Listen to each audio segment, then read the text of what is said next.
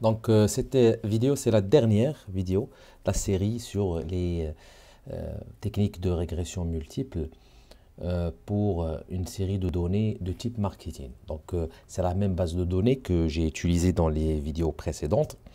Alors, rappel, cette base de données, c'est une base de données sur l'évaluation de la satisfaction des clients sur des services offerts dans le cadre d'un, ou plutôt dans un sorte de parc à manège.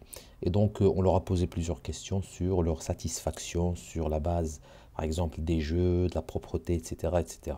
Donc, je vous invite à voir les autres vidéos, les premières, où je parle un peu de la base de données et on fait des choses de base.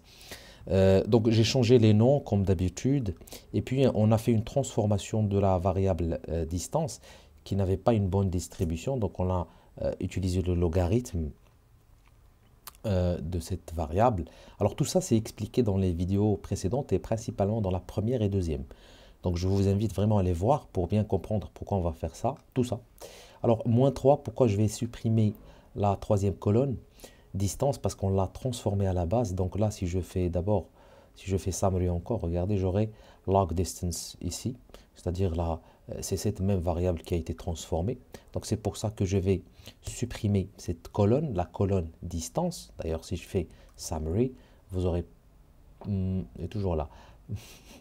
Là, en fait, c'est une nouvelle base. Donc je dois faire la summary de ça, de std. D'accord? Donc si je fais ici par exemple summary de sat.std, j'aurai pas justement cette colonne distance. Donc je vais utiliser celle-là pour la suite. Ensuite, on a standardisé les variables. Ça, je l'ai expliqué parce que ça permet de réduire un peu la corrélation élevée entre les variables. Et ça, on peut le faire uniquement pour les variables quantitatives.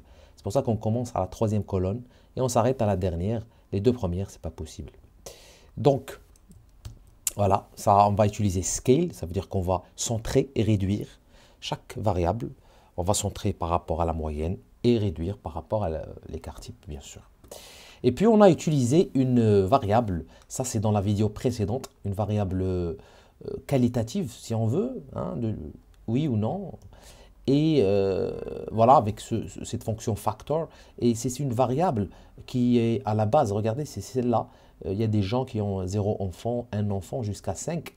Et nous, on va uniquement considérer ceux qui ont des enfants et ceux qui n'ont pas d'enfants. Donc c'est pour ça que j'ai utilisé ça factor et j'explique pourquoi cette transformation est plus logique que finalement garder cette variable de cette manière. Donc on a appelé ça A enfant et justement c'est chaque individu qui a un ou plus en termes d'enfants parce qu'on a vu que l'effet n'est pas vraiment important si on a plusieurs ou peu d'enfants. Voilà, donc cette vidéo va s'intéresser à l'interaction ou ce qu'on appelle aussi la modération. Et ça, c'est une notion fondamentale aussi dans la régression multiple. Elle permet de voir le lien entre deux variables. Par exemple, ici, la satisfaction globale et par exemple, ici, la satisfaction par rapport au manège, mais lorsqu'on a des enfants. C'est-à-dire, je veux voir, est-ce que l'effet change, est-ce qu'il augmente lorsque j'ai des enfants, ou bien non, ou bien le fait que j'ai des enfants ou que je n'ai pas d'enfants, ma satisfaction en termes voilà, par rapport au manège n'influence, enfin ne change pas plutôt par rapport à ma satisfaction globale. Donc j'ai essayé ici de résumer bien sûr simplement ce que veut dire l'interaction. C'est-à-dire il y a une sorte d'interaction entre deux variables, x1, x2, par rapport à une variable y à expliquer. Dans ce cas, c'est la satisfaction globale, bien sûr. Et on a utilisé plusieurs... regardez, on utilise les deux points pour exprimer l'interaction, ici avec la fonction lm, bien sûr, parce que la fonction lm, on l'a vu plusieurs fois, c'est une fonction, on va dire...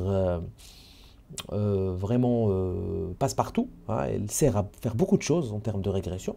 Et pour exprimer l'interaction, il suffit d'utiliser la variable x1 et juste à côté la variable x2, séparée par les deux points. Et donc là, on a utilisé plusieurs interactions, juste pour voir quelles sont les interactions, parce que ce qu'il va faire R, c'est qu'il va multiplier les valeurs de x1 par x2, et donc il va vous créer une autre variable, une deuxième variable ou une troisième, ça dépend bien sûr du nombre de variables que vous avez déjà.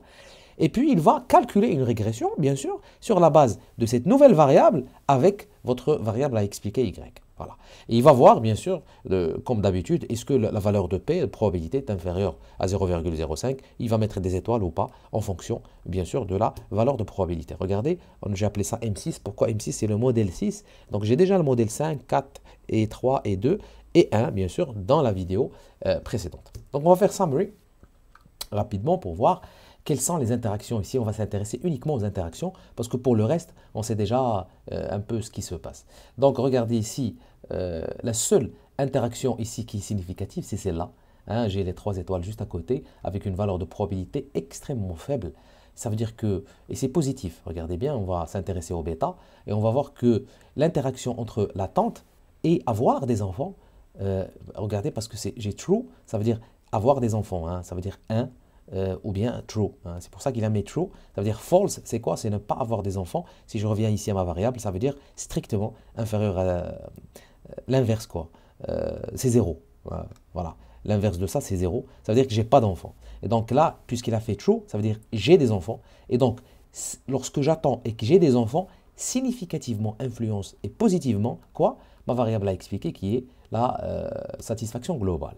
Et ça, c'est assez spécial. C'est-à-dire que normalement, lorsque j'attends, ça devrait diminuer ma satisfaction globale, mais lorsque j'ai des enfants, ça me permet, voilà, il faut aller chercher. Pourquoi les gens qui ont des enfants et qui attendent, pourquoi finalement leur satisfaction, plutôt cette variable va influencer positivement leur satisfaction globale? Ça, c'est vraiment une question essentielle.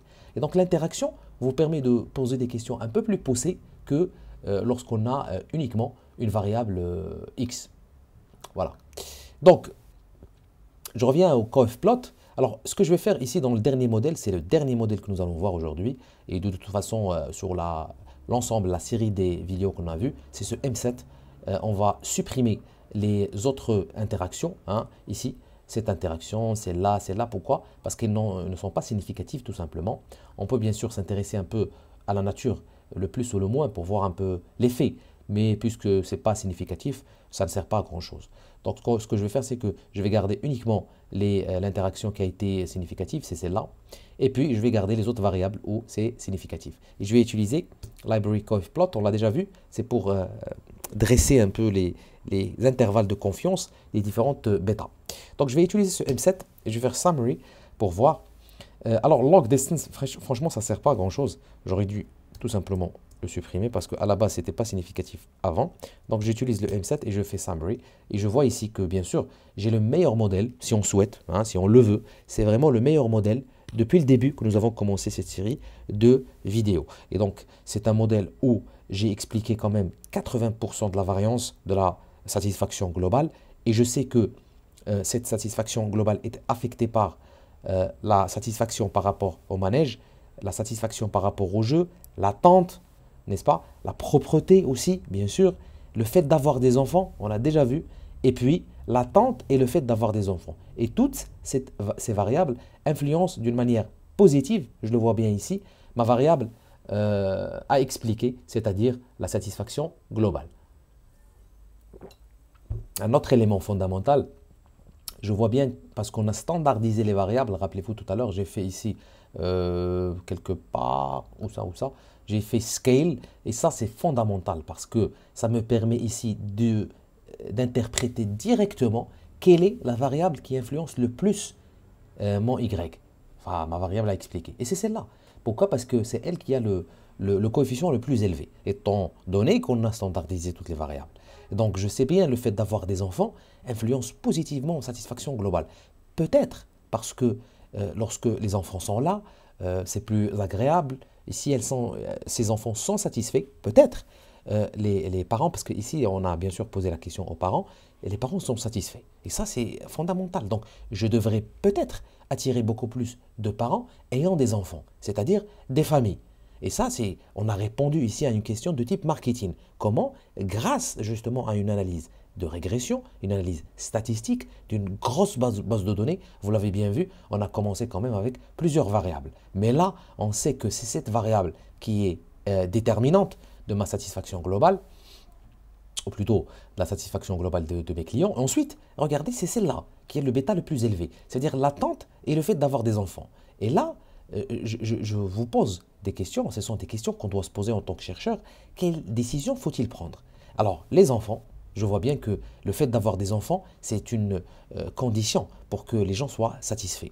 Ensuite, la propreté. Je vois bien que la propreté, regardez, 0,3 en termes de bêta, c'est un bêta très très élevé. Et puis, le fait d'attendre les gens lorsqu'ils attendent et puis qu'ils ont des enfants, c'est aussi essentiel. Là, peut-être c'est difficile de comprendre pourquoi. Et là, il faut pousser peut-être la réflexion un peu plus loin et aller poser la question à des familles qui ont des enfants, comment ils vivent un peu l'attente devant les guichets, devant les manèges, etc.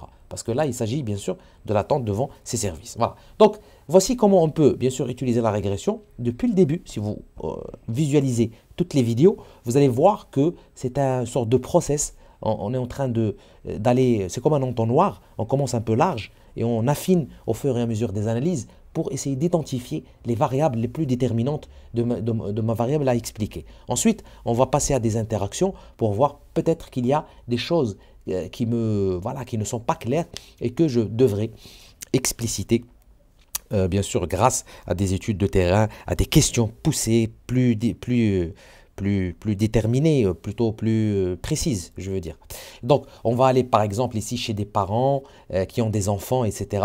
et leur poser des questions précises sur leur attente. Pas uniquement poser une question générale à des gens qui attendent, bien sûr. Ça n'a pas... Bien sûr, je sais aussi que c'est significatif. Et d'ailleurs là, c'est pas vraiment logique parce que quelqu'un qui attend, et ça influence positivement, quoi? Ma variable à expliquer qui est la satisfaction globale. Ça, c'est un peu bizarre comme résultat. Mais il faut aller voir et essayer de comprendre pourquoi. Parce que chaque résultat doit être expliqué d'une manière précise. Alors, je vais utiliser finalement le coefplot que j'ai déjà utilisé la dernière fois. Et le coefplot vous permet bien sûr de voir quoi? Le coefficient le plus important. Pourquoi? Vous allez chercher ici la valeur la plus élevée, bien sûr parce que vous avez standardisé. C'est pour ça que c'est essentiel de standardiser, comme j'ai dit. Ça vous permet de comparer directement entre les variables. Je vois très bien que c'est le fait d'avoir des enfants. D'ailleurs, je le vois ici, ça dépasse 1. Regardez ici, ça dépasse 1. Et puis, je vois même la taille de cet intervalle. Est-ce qu'il est large ou bien est-ce qu'il est restreint? Ça aussi, comme j'ai expliqué ça plusieurs fois, c'est un élément aussi déterminant de la qualité de ce bêta à expliquer, bien sûr, ma variable y. Voilà. Donc, j'ai fini cette série de vidéos sur la régression multiple pour des données en marketing. Alors, dans la série suivante, je vais vous expliquer d'autres choses sur ce qu'on appelle l'analyse exploratoire des données et on va voir d'autres éléments bien sûr intéressants dans l'analyse en marketing.